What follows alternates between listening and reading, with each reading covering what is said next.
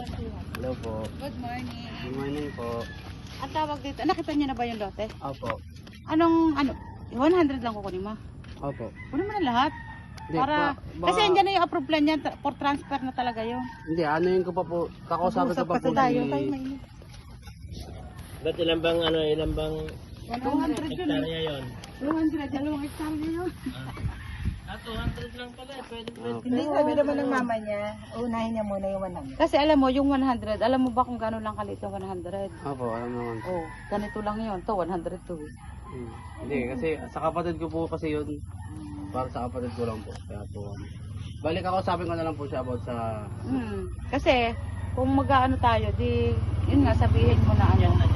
So, kasi, pagka halimbawa, 100 lang, magpapasukat pa kayo. Magkano ang pasukat? 15,000 na. Oh, dahil sa approve plan yun eh. Ay kung kukunin nyo lahat, makamenos ka pa ng 15,000. Lalaki pa lupa nyo. Tsaka, pagka in-approve yun, di bibilang na naman ang buwan. Siyempre, di naman, pagkasukat, andyan na yung approve plan. Di naman ganun. Papa-approbahan pa yun. Ay, ang daming dadaanan. Dadaan pa. Oo. Hindi, ganito na lang. Ang 100, tapusin niya muna. Kasi alam mo, ang akin nga, kumuha ko doon, malapit din doon. Ang kuha ko, alam mo ba, 3,500 per square meter. Kaya nga, swerte na ninyo. Luka kasi to eh, nakamali ito ng sabi eh. Ang sabi ko sa kanya, 2,500. Ay, 2,000 lang Kasi daw nga, ang di ba, ano. ganito na lang. Ayusin niya muna Tapos yung 100. installment pa. Sige lang. Ayusin niya muna yung 100. Ngayon, pag medyo okay na, isusunod niya yung 100. Para may... Pero huwag naman ganun katagal. Opo. Sabi mo, sinabi naman. kasi mura naman yun, isang, di ba? Pero mo yung 100, 200,000 lang. Ay, meron ka ng lote. Oh, tapos ready to ano na yun. Ready to titled na yun. Pagka nagbilihan tayo, Siya na mag-aayos. pag nagbilihan tayo, diretso na sa inyo. Ikaw po ang mag-aaral ng deed of sale nun, di ba? Oo. Sagot ko yun, yung deed of sale. Pero yung pa-transfer sa inyo, ha? Opo. Yung capital gain Oo, sa inyo, syempre, basta sa sa inyo lahat yung BIR nun. Sa 200 ba naman, sasagutin ko pa. Eh, wala nang natira. Di, alam naman po. Oo, di ba? Ganun. Hindi kasi, mas mabuti malinaw. Kasi Oo. yung dito, ayan o.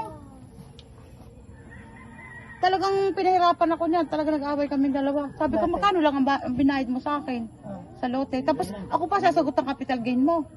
Ang pa-transfer mo. Ay, man. Hindi dapat Ay, siya Diyos na. ko. Yung Ay, wag na yung wag na yung ayusin. Sabi ko, bahala kayo dyan. O sige, anong Ito naman si magiging actor ano, na to. paano magiging- Bali, sakali po tatawagan ko po kayo ulit. Kasi wala pa talaga akong dalang ngayon. Kasi tinignan ko lang po Oo. talaga. Anuhin mo na lang. Kakausapin Na mo muna siya. Pero yun, ang maano ko sa inyo, masasabi ko lang sa inyo, yun ay approve na yung yung approve plan. Ready for titling na yon. Tapos, yun nga, sagot nyo lahat. Pagka binawasa, pagka halimbawa kukuha lang kayo dun sa 200, sagot din ninyo yung pasukat.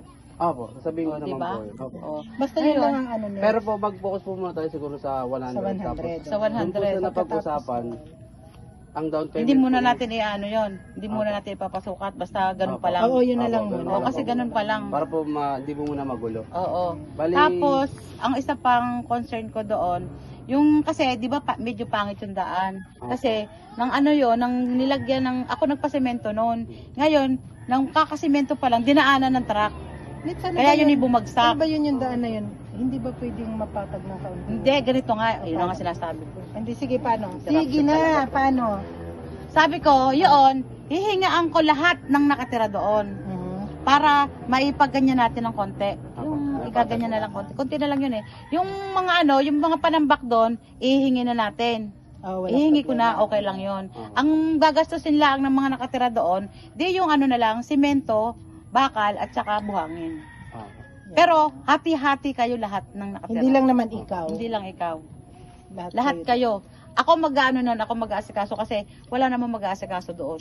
Opo. Kundi ako lang din.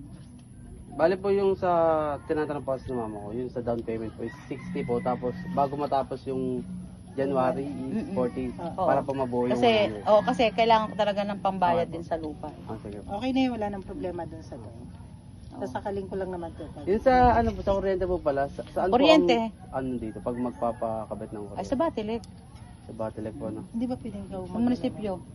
Hindi kailangan po kasi doon. Kailangan may bahay doon. Opo. Alam ka naman patay silang bahay, di pa bayad. Kaya nga, pag halimbawa may bahay na, ikaw Oo. mag-ano doon. Wala namang problema yun. Eh, sila nga nakapagpatay, magpakabit na doon. Eh. Kaya lang, siyempre, kailangan magbayad, magbili kayo ng gano'n. Kontador. Anong kontador yan? Ganyan tubo. Ay, Ay, na bakal. Oh, natural. Oo, syempre, Alang namang battery ka sagutin mo bumili. na lang din. Ah, nako. Tumigil ka na ako kasi baka paluin kita ng bota. Sige na, gano'n na lang. 200,000, sagot ko pa ang tubo. Wala nang ako kinita doon eh. Balian na lang po. Tatawagan ko na lang po ulit si ate kapag Oo, ano sige. po, mag-uusap lang po kami ng mama about din dun sa 200. Sige na. Para Oo, makalayas ka pag-usapan na. nyo na para ano. Oo, punta pa ako Sige sa na, konsyala, sobrang sipag mo talaga eh. Siyempre, ito na. Hindi ko narinig ang tawag. Sasakaling ko na nga ito eh.